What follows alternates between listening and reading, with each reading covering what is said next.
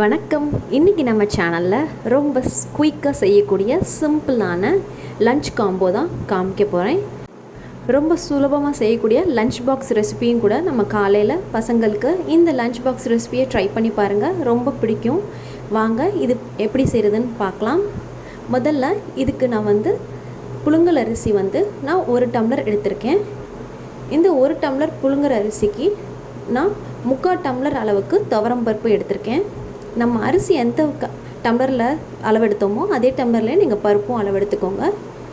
இப்போ இது ரெண்டையும் சேர்த்து நல்லா வாஷ் பண்ணி எடுத்து வச்சுக்கோங்க. இப்போ இது நல்லா கழுவியாச்சு. இப்போ அடுத்து நம்ம இதுக்கு என்னென்ன தேவைன்னு பார்க்கலாம். நான் 3 வெங்காயம், 3 தக்காளி, 3 பச்சை மிளகாய், 3 வெங்காயத்தை இது மாதிரி நீல வாக்கில் கட் பண்ணி எடுத்து வச்சுக்கோங்க. இப்போ நம்ம இந்த சிம்பிளான பருப்பு சாதம், இந்த பருப்பு சாதம் எப்படி செய்கிறதுன்னு வாங்க பார்க்கலாம். நான் 1 டேபிள் ஸ்பூன் நெய்யும் 1 டேபிள் ஸ்பூன் எண்ணெயும் சேர்த்துருக்கேன். இதில் 1/2 டீஸ்பூன் ஜீரகம். இப்போ ஜீரகம் நல்லா வெடித்ததுக்கப்புறம் நம்ம கட் பண்ணி நீலவாக்கில் கட் பண்ணி எடுத்து வச்சுருக்க பெரிய வெங்காயத்தையும் சேர்த்துக்கலாம். பெரிய வெங்காயம் நல்லா பொன்னிறமாக வரும்படி நல்லா வதக்கிக்கலாம்.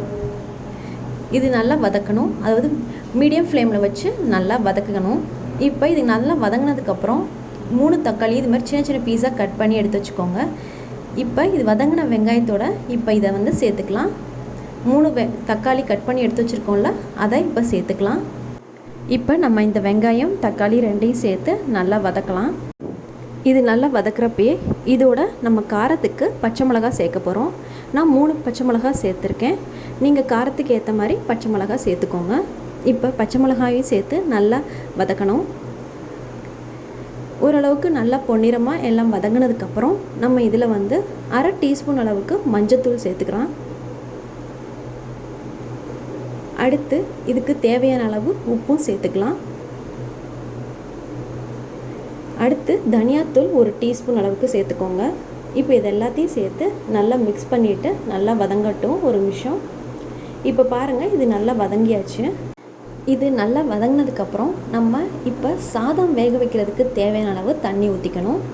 இப்போ நான் 1 டம்ளருக்கு 3 டம்ளர் அளவுக்கு தண்ணி சேர்த்துக்கிறேன். இப்போ அதே மாதிரி பருப்பு 3/4 டம்ளர் பருப்புக்கு 1 டம்ளர் தண்ணி, மொத்தமாக 4 டம்ளர் தண்ணி சேர்த்துக்கிறேன். இப்போ இது ஃபுல் ஃப்ளேமில் வச்சு நல்லா தண்ணி கொதிக்க விடுங்க. நல்லா கொதித்ததுக்கப்புறம் நம்ம கழுவி எடுத்து வச்சுருக்க பருப்பு அரிசியும் இதில் சேர்த்துக்கலாம்.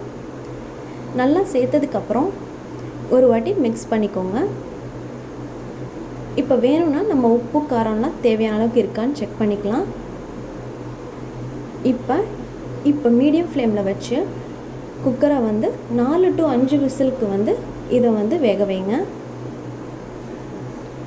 ரொம்ப சிம்பிளான லஞ்ச் பாக்ஸ் ரெசிபி. நம்ம மார்னிங்கில் நம்ம பசங்களுக்கு சீக்கிரமாக செஞ்சு கொடுக்கக்கூடிய லஞ்ச் பாக்ஸ் ரெசிபி.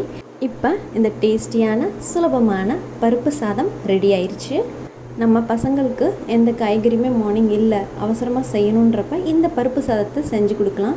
இப்போ இதுக்கு ரொம்ப நல்ல காம்போவாக இந்த பருப்பு சாதத்தோட நம்ம உருளைக்கிழங்கு ஃப்ரை தான் ரொம்ப நல்ல டேஸ்டியான காம்போவாக இருக்கும்.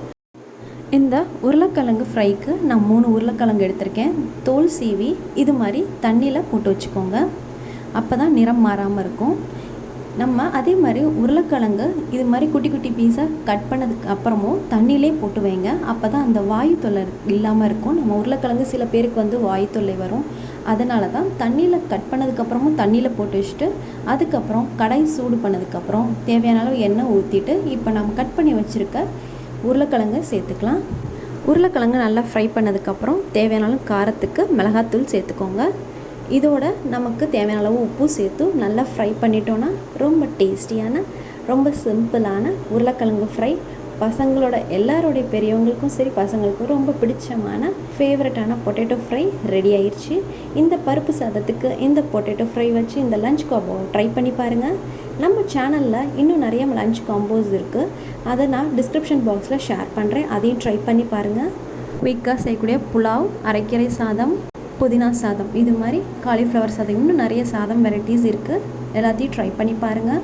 ரொம்ப பிடிச்சிருந்தா லைக் பண்ணுங்கள், ஃப்ரெண்ட்ஸ்க்கு ஷேர் பண்ணுங்கள். நம்ம சேனலை இது முடிய சப்ஸ்கிரைப் பண்ணாதவங்களா இருந்தால் சப்ஸ்கிரைப் பண்ணுங்கள். நன்றி.